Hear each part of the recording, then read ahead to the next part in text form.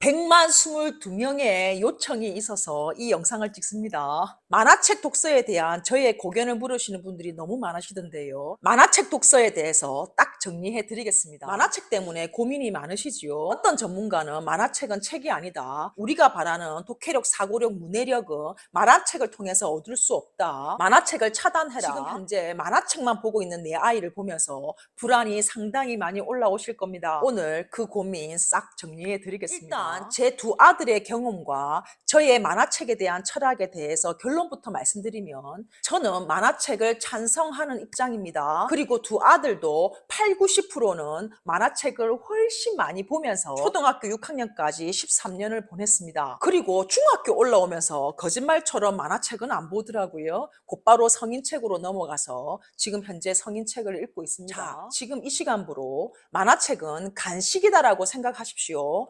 글줄책은 주식입니다. 우리가 아이들에게 매일 양질의 5대 영양소가 들어간 집밥만 먹일 수 없죠. 간식도 때로는 필요하고요. 간식을 먹을 일이 있습니다. 집 안에서는 통제한다 하더라도 집 밖에서 간식을 먹는 것까지 아이가 자라면서 통제가 불가능하지요. 그래서 주식과 간식이 적절히 배분되도록 해야 되는데 부모는 또 그것을 조율해 줄 필요가 있겠지요. 자, 연령별로 딱 정리해서 말씀드릴게요. 0에서 7세는 아마 만화책 때문에 고민하는 엄마들은 드무실 겁니다. 일단 아이가 글자를 모르니 스스로 만화책을 보지 않을 거고요. 집에도 만화책이 들어오기 전이죠. 아마 집에는 양질의 그림책들이 많을 겁니다. 그리고 0에서 7세는 엄마들이 그 양질의 그림책을 읽어주고 계시겠지요. 또한 우리가 0에서 7세 아이들에게 라면이나 콜라나 사이다, 햄버거를 먹이지 않고 건강한 이유식을 먹이듯이 영유아기에는 양질의 그림책을 읽어주십시오. 영유아기에는 만화책은 안 됩니다.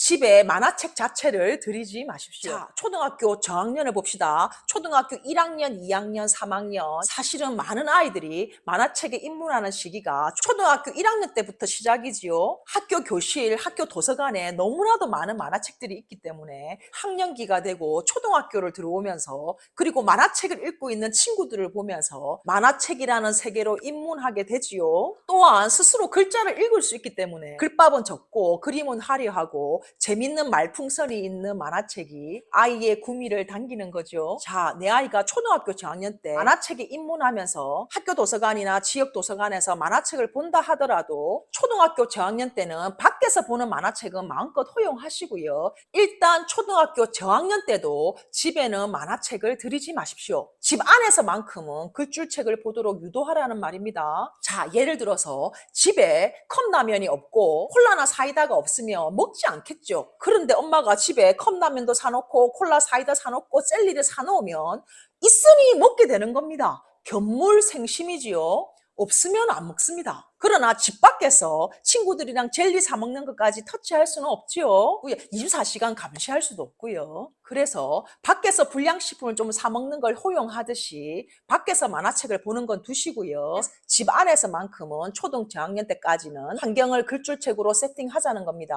그러면 초등학교 3학년까지 장장 10년 동안 양질의 그림책에 노출된 아이는 친구들 따라서 만화책도 보겠지만 이 10년 동안 읽었던 그림책들로 인해서 글줄책도 재밌다라는 사실을 알게 되거든요. 그래서 글줄책도 잘 보고 만화책도 잘 보는 아주 해피한 상황이 됩니다. 그리고 이 아이가 4학년 올라와서 4, 5, 6학년 초등학교 고학년이 되면 만화책은 그냥 허용하십시오. 아이가 만화책을 좋아한다면 양질의 학습 만화를 선별하셔서 집에도 사셔서 구비하십시오. 물론 재밌는 글줄책도 계속 공수하셔야 하고요. 그래서 집에 글줄책도 만화책도 같이 섞여서 구비를 해놓으시면 비율은 만화책을 더 많이 보겠지만 아이의 흥미를 끄는 글줄책으로도 손을 뻗거든요. 여기서 중요한 게 뭐냐면 아이가 만화책을 읽도록 그냥 내버려 두시되 정말로 만화책만큼이나 재밌는 글줄책을 찾아서 아이에게 읽어주거나 아이가 글줄책에 손을 뻗을 수 있도록 눈에 띄게 널브러뜨려 놓는 노력은 좀 하셔야 됩니다. 자, 정리하겠습니다. 0에서 7세는 만화책을 통제한다. 그 다음 초등 저학년 8, 9, 10세는 학교 도서관, 지역 도서관 혹은 친구 집에서는 마음껏 보도록 허용하시고 집 안에는 만화책을 구비하지 않는다. 그 다음 4, 5, 6학년은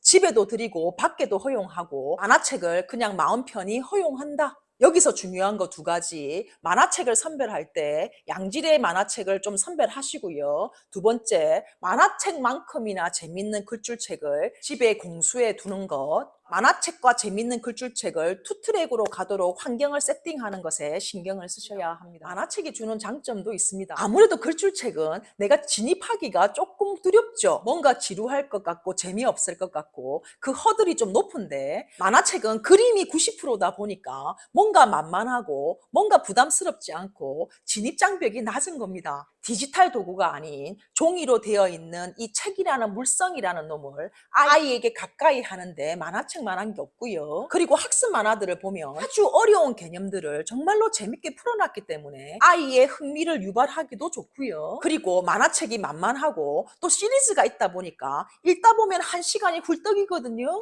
아이를 1시간, 2시간 앉혀 놓을 수 있는 엉덩이의 힘도 길러주고요. 진짜 책을 싫어하는 애들은 만화책으로 아이의 흥미를 유발시킨 뒤에 깨알 노력을 하셔서 글줄책을 야금야금 아이에게 드미는 계략을 좀 짜시면 됩니다.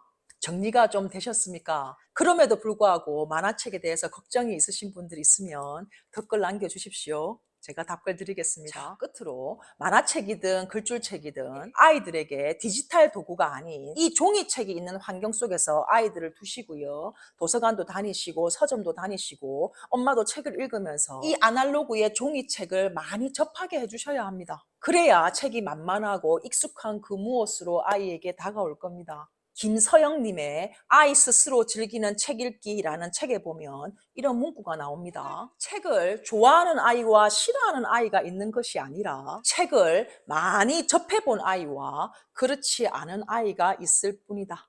책이 있는 환경이 정말 중요합니다. 내일 봅시다.